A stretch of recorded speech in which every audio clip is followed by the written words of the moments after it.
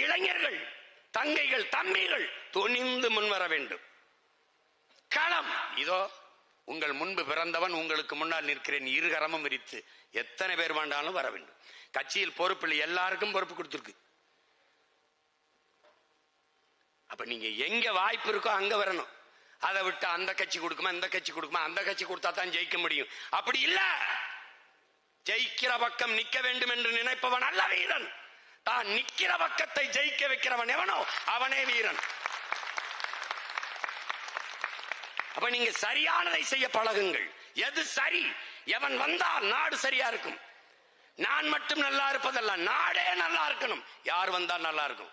எவன் வந்தால் நல்ல காற்று, நல்ல குடிநீர், பயணிக்க பாதை, படிக்க கல்வி, பார்க்க மருத்துவம், பார்க்க வேலை, வேலைக்கு சம்பளம். எவன் வந்தால் நாடு மக்களும் பாதுகாப்பாக இருக்க முடியும். அதை சிந்தியுங்கள்.